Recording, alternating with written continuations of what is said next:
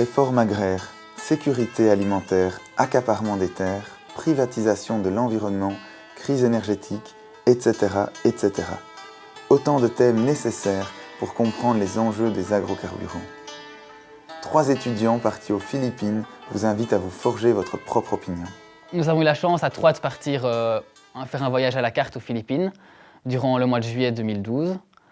Donc en fait c'est un voyage qui nous a permis de nous plonger vraiment dans ce pays du Sud, de rencontrer des gens, de pouvoir parler avec eux, d'essayer de comprendre comment eux aussi perçoivent les problématiques de leur pays, et non pas simplement, comme c'est le cas, de lire un livre et de voir ce que des personnes ont pu rapporter sur ces sujets-là, et d'avoir vraiment la vue contrastée des gens qui subissent ces problématiques. Un agrocarburant, c'est un carburant qui est issu de la biomasse et qui utilise le gaz carbonique pour grandir grâce à la photosynthèse. On a 2 générations. La première génération qui est séparée en 2 filières. La première filière qui utilise l'huile, comme l'huile de palme, l'huile de colza.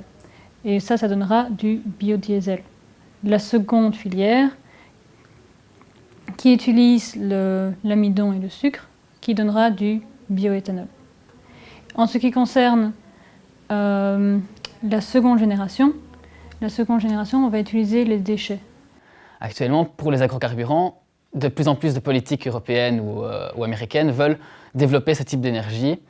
Et donc, il y a une demande qui se crée en matière d'agrocarburants. Donc, en créant des agrocarburants, ils sont sûrs de trouver une offre suffisante. Donc, on sait bien que les monocultures sont très vulnérables aux maladies, ont un manque de biodiversité très fort marqué.